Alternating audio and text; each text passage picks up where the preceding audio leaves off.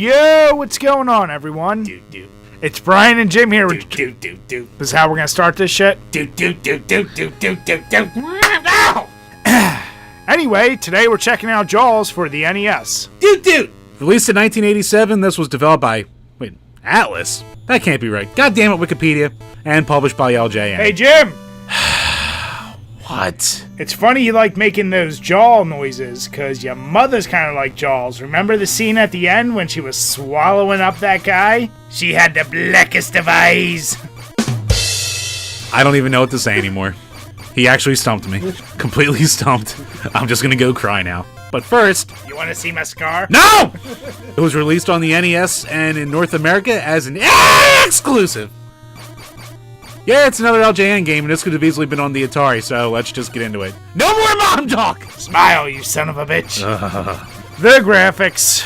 Well, I'm gonna sound like a broken record, but LJN continues the trend of having as minimal amount of levels as possible. So to start off, you have this overworld, where you're on your boat, trying to go from port to port, and in between you just get stopped by random-ass jellyfish or jaws or whatever, and then your levels turn into either the deep version of the ocean or the shallow, you're near a beach. Those two versions are all you're going to get when you're playing what I would call the main part of the game, but they also add in the time where you fight Jaws at the end of the game or when he's on screen. That's really the only variety you're getting as far as your levels.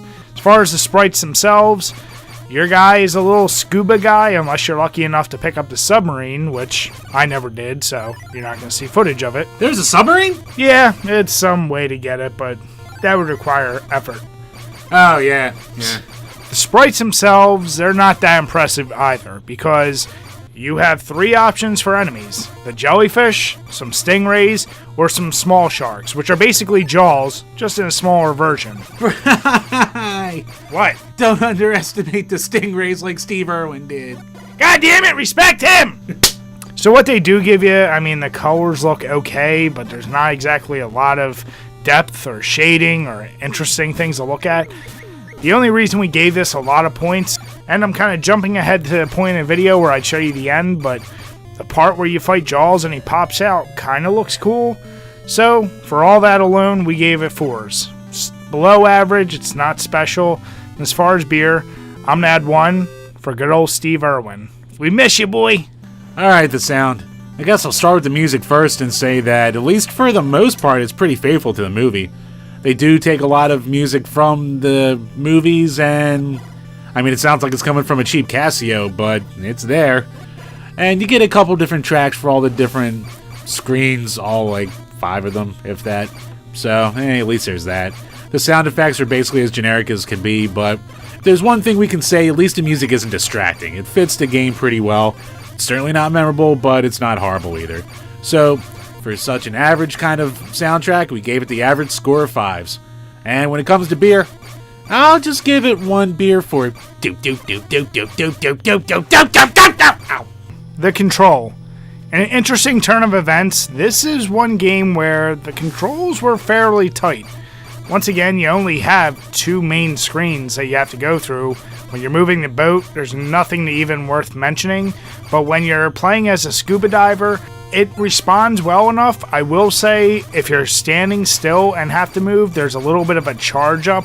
I think that was kind of meant to be purposeful for more of a gameplay, so it added that in there for a little bit of difficulty. Other than that, when you shoot, you shoot. There's really not much to say. I wish I could dive a little deeper into this game. Oh, you cheeky bugger. But I will say this is one of those games that you better get yourself a turbo controller or you better have an emulator, because you are going to be hitting the fire button a gazillion times and your thumb is going to kill you. And guess what? This is not one of those games that's worthwhile to hurt your thumb over. So, when it comes to scores, we both gave it 7s. Yes? Would you say this would be better on the Turbo because of the built-in turbo functionality on the TurboGrafx controllers? No, nobody has a turbo. God, you can never give it anything! Anything! River Raid sucks. That's it, I'm out of here. And when it comes to beer, I'm just going to add 1 for any poor bastard that was like me and decided to play it all the way through and kill your thumb in the process. Oh my god, the gameplay. simple doesn't really begin to scratch the surface of it. So here's what you do in the game. You're in the overworld. You go to the other side of the world to a port, and then you go back to the other side to a port, and then you go back and forth between ports. Jim, you forgot that crucial I'm getting to it. In between that, you get random encounters, like, old school RPGs. Then you go to the screen where you're fighting all the little fishies and trying to collect seashells. Because when you select seashells, then you go back to the port which powers up your boat. And then you go back and forth doing that and getting more seashells and powering up your boat some more. And again, and again, and again. Then every once in a while you'll have a mini game where you're dropping bombs on jellyfish, so that's a thing for reasons. And let's get to Jaws. So Jaws will randomly pop up across the map and you'll probably run into them a few times as you're going from port to port. If you're pretty low powered, don't even bother trying to fight them, just run away because you're not going to do any damage to them. All these little levels are kind of timed, so eventually it's just going to crap out and you would have wasted your time. You go back and forth trying to power yourself up. Oh, also, another thing. This goes with most games, but don't die because you lose so many seashells when it happens and it just kills you. Not besides literally killing you, but your morale because this game is just boring. It's so goddamn boring and repetitive. It could have easily been on the 2600 and just look a little bit crappier, but... Hey, Jim. What? A boring game like this could have worked on the TurboGrafx.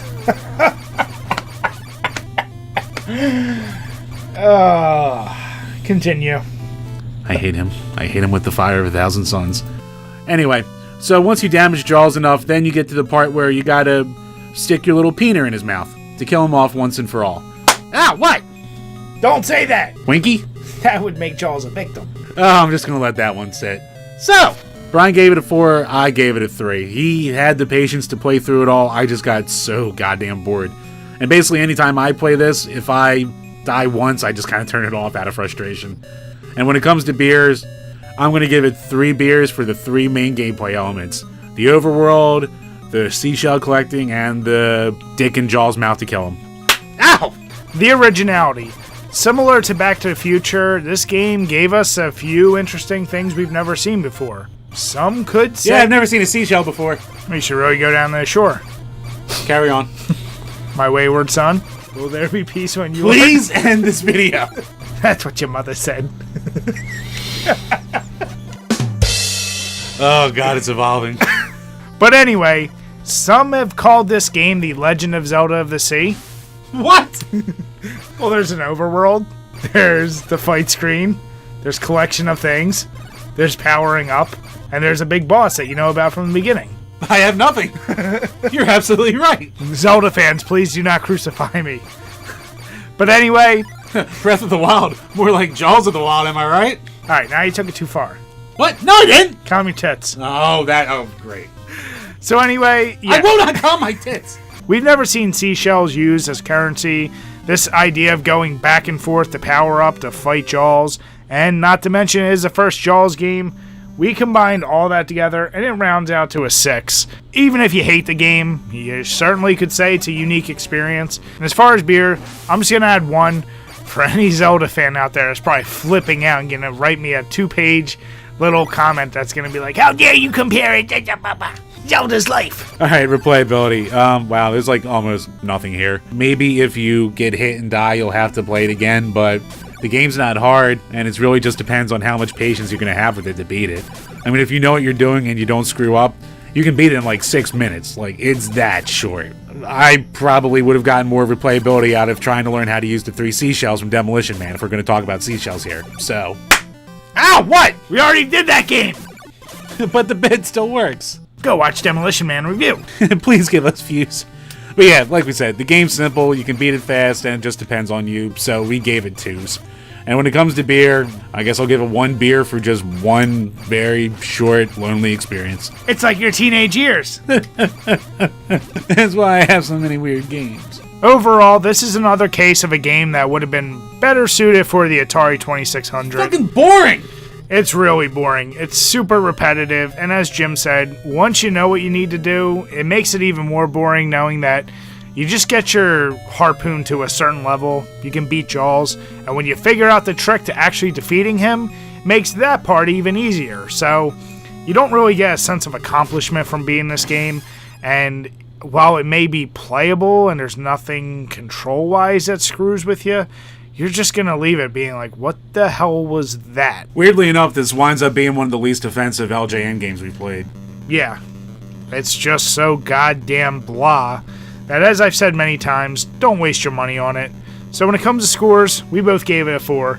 We had to keep it high enough because technically it is playable. It works. It works, the sound's okay, but just can't stress how boring it is. When we combined all of our scores together, rounds out to a 4.7, which is technically fair for this game. Unless you paid full price for it back in the day. Yeah, if you did that, I feel really bad for you, and I really suggest you drink as many beers as you can. Yeah. When it comes to beer pairing, I have to go with the Narragansett Lager beer.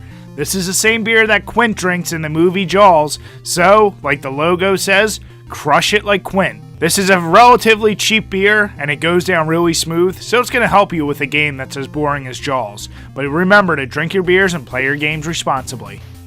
As always, guys, thanks for checking out this video, and if you enjoyed it, make sure you give us a thumbs up, leave some comments, or better yet, why not subscribe?